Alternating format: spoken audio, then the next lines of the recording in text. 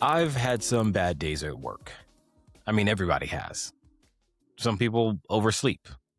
You might have spilt coffee on your white shirt right there in the parking lot before you even made it to the door. Or your manager gives you that nasty look and just ruins the rest of your day. Those are normal bad days. Human bad days. Today is not that. I think today might be the worst day anyone has ever had at work, in the history of work. And I'm not even trying to be dramatic. I genuinely believe that very few human beings on this planet have had a worse day at their job than I'm having right now. And I've been sitting in this conference room for 4 hours now, so I've had a lot of time to think about this. I work on the IT help desk for MGM Resorts, or at least I did. I mean, I probably still do technically, but nobody's fired me yet. Nobody's really told me anything yet. I got to the office this morning. It's Monday morning, by the way, and I knew something was wrong before I even badged in. The parking lot was too full for 7 a.m. People were walking fast. It's not the normal Monday morning shuffle where everybody's half asleep and thinking about their next cup of coffee. People were moving with a purpose, eyes wide, focused. Guys from departments I've never seen on this floor before. Their suits and lanyards scurrying around all over the place. I didn't even get to sit down at my desk. My manager was standing by the door like he's been waiting on me. He said, "Come with me." Not "good morning," not "how was your weekend," just "come with me," in this very stern and serious voice. We walked to his office and he closed the door. He started asking me about a call I took on Friday. A password reset, a multi-factor authentication reset. He wanted to know the name on the account, the time of the call, and what was said, and what I did in the system. I told him everything that I remembered. He was typing while I talked and not looking at me. I asked him if I should be concerned. He didn't answer that one. I asked him if I should call a lawyer.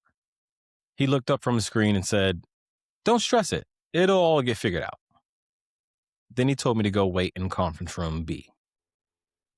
And now here I am, sitting in conference room B, in this glass box on the second floor of the operations building. It has a long table and 8 rolling chairs and a whiteboard with someone's old meeting notes still on it. There's pieces of paper and a phone on the table. The floor-to-ceiling windows connected to the hallway makes this room feel like a fish tank. And I'm a single small fish in this room being watched.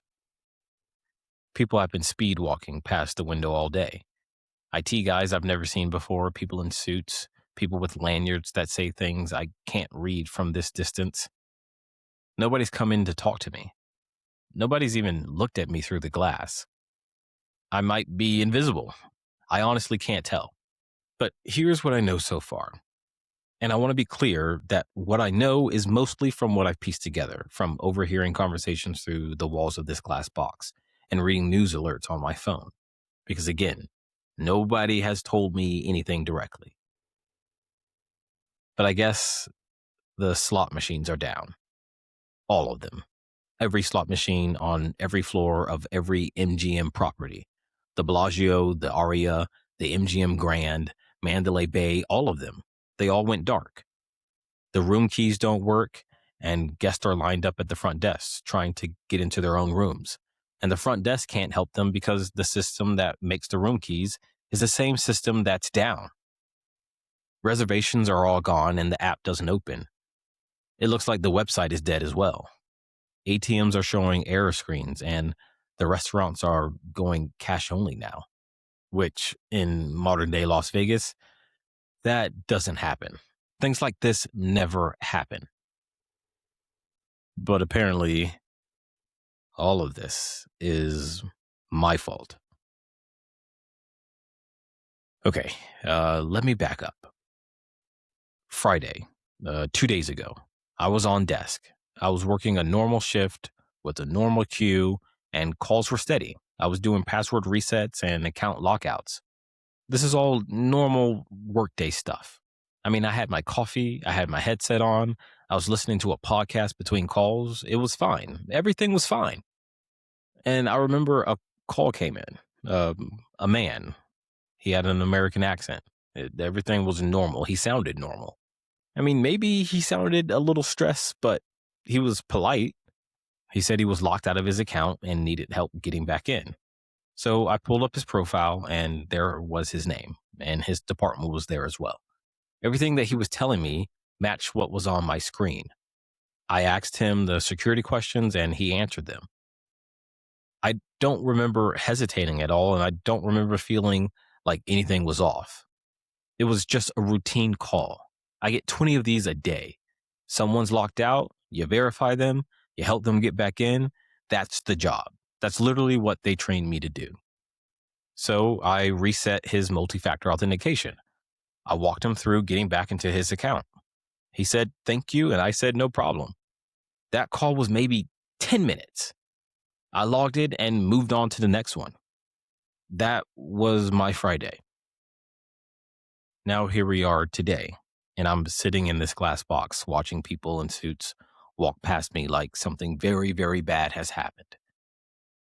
And now I know a little more about what's going on because I'm looking at the news on my phone.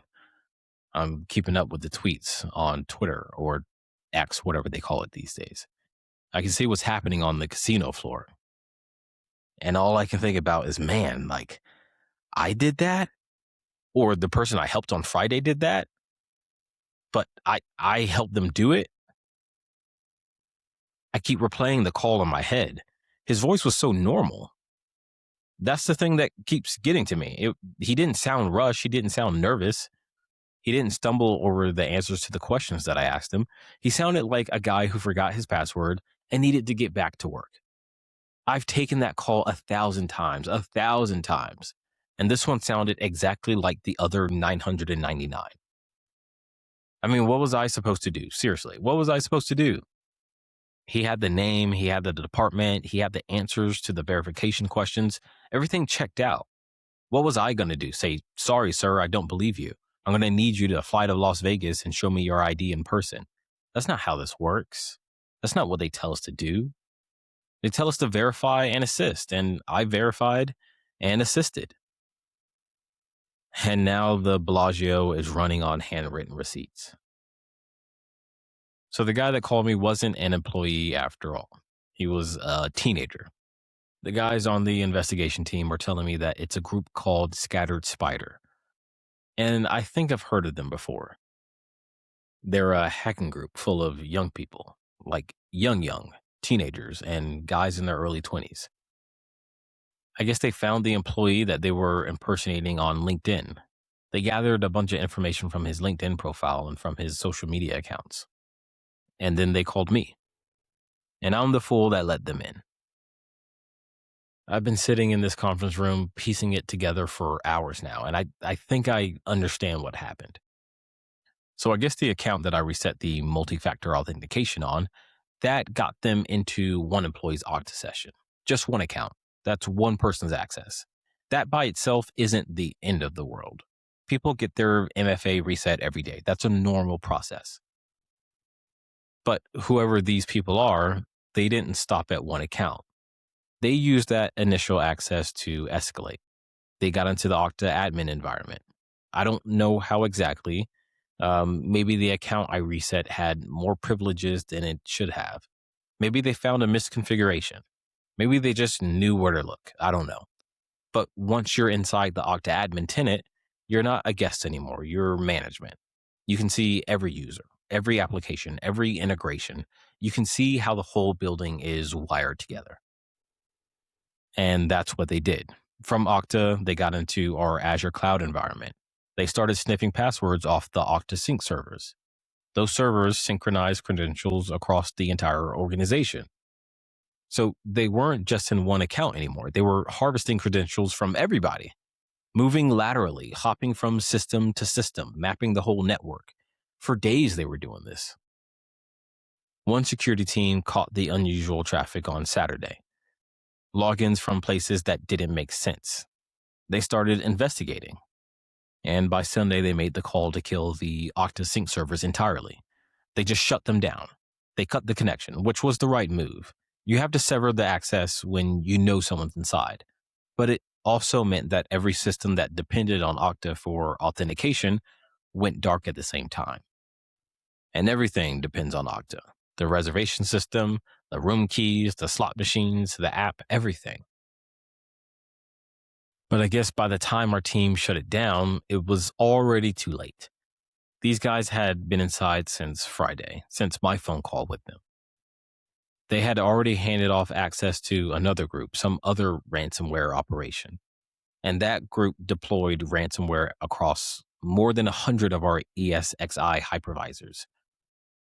Those are the servers that run the virtual machines that run everything else. When you encrypt those, you don't take down just the website, you take down the entire company. So the whole thing from start to finish was me resetting that multi-factor authentication account. And then that one account became admin access to Okta. And then that Okta admin became Azure access.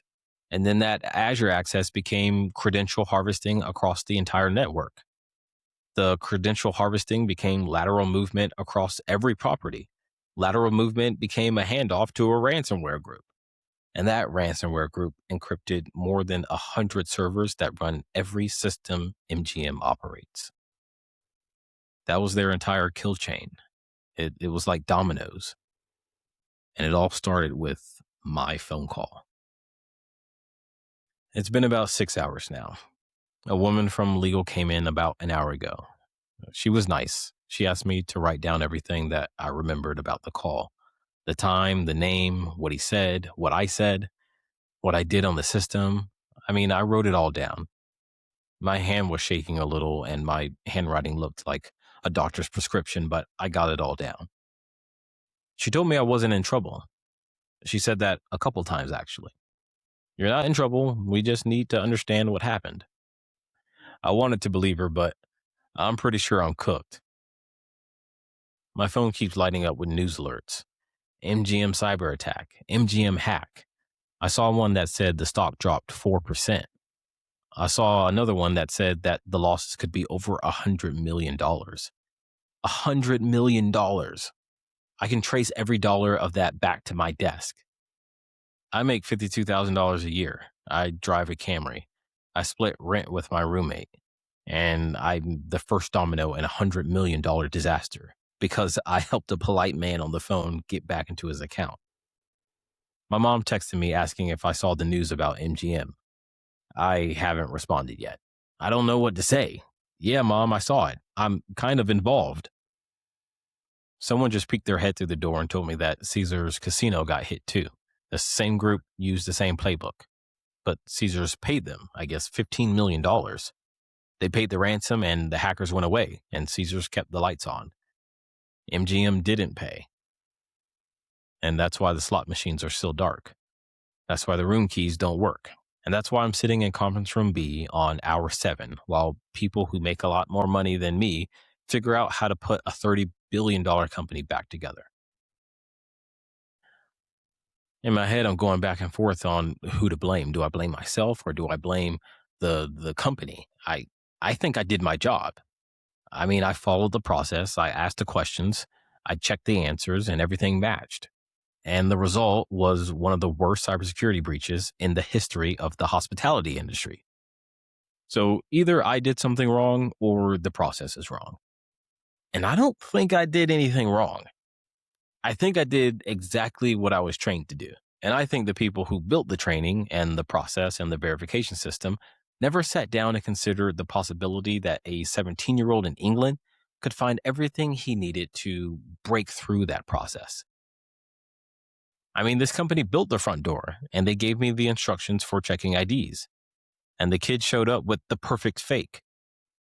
And yeah, I guess I let him in because it looked real, because it was supposed to look real, because he spent more time preparing for that phone call than anyone in this building spent preparing me to stop it. I don't know. Maybe this is all cope and it just comes down to being my fault. Maybe I should have paid a little more attention in the cybersecurity awareness training or the social engineering training. It's dark outside now. The hallway has gotten quieter and there's fewer people walking past. My phone has 47 unread messages, and I'm not opening any of them. I think eventually someone is going to come through that door and tell me what happens next. And I think maybe they'll fire me. What I do know for sure, though, is that this has been the worst work day of my entire life, of anyone's entire life.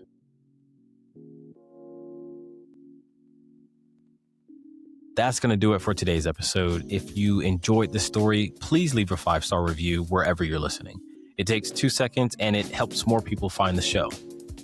If you want more stories like this, please let us know. We read all of the feedback. Also, check out our newsletter at don'tgetgot.co. The link will be in the show notes. Again, thank you for listening. Look out for the next one, and don't get got.